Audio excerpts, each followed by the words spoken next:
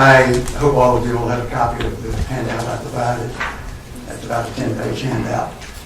Chairman Dunn, members of the State Water Control Board, my name is Don Wagner, and I live in King William County, where Synagro Central LLC proposes to apply industrial sludges on over 8,000 acres of our farms and forests. I am speaking today because the specifics of my comments at the October 23rd public hearing were not addressed in the mini book provided to you by DEQ. In my comments at that public hearing, a copy of which I have provided to you, I provided information taken from King William County's comprehensive plan on natural conditions, specifically related to soils and water. To summarize those comments, the application of industrial residuals threatens our groundwater, our aquifers, and our streams and rivers due, number one, to the high water table patterns that cover large areas of the county as shown on the high water table map in attachment A. The map displays areas where the water table is 24 inches or less below the surface. Two, highly erodible soils, which have an erodibility index of 8.0 or more, as classified by the state, and cover the higher grounds of the majority of the county shown on the soil erodibility map in attachment B, and threatens to travel by erosion caused by moderate to heavy rainfall events to the lower areas of the county and thus to our wetlands, rivers, and streams.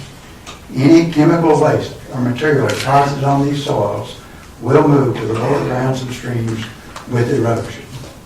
Number three is highly permeable soils, which are defined as areas of the county that have permeability ratings of 6.0 inches per hour or more. And these soils cover about 38% of the county, as shown on the map in attachment C. Attachment D is a map showing the areas of the county that would be impacted by a 100-year storm. These areas are along our shorelines on the Mattapon and Pamunkey rivers and up into Herring Creek.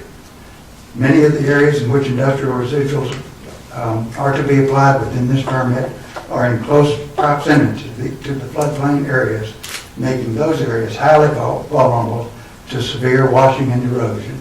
These same soil conditions also exist in King and Queen and New Kent counties. I have also attached a partial copy of a primer prepared by EPA, Getting Up to Speed, Groundwater Contamination, which is in attachment E, which shows how easily our groundwater can be contaminated by chemicals or waste, and how those contaminants will flow in the direction of the topography from the application area to this discharge area in our wells, springs, rivers, and streams. DEQ's response to these issues is that they are following their regulations, which were designed to protect the environment, their words. Our well-documented concerns are that the regulations are incomplete and outdated. Therefore, we recommend that number one, that this board defer action on this permit until a thorough study is conducted to assure the safety of this practice of spreading contaminants on the rural lands.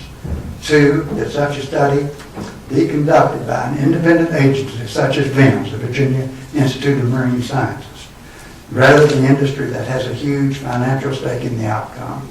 And that three, until the completion and approval of additional studies, these industrial residuals be disposed of in properly designed and constructed landfills. Thank you. Thank you. Appreciate the comments.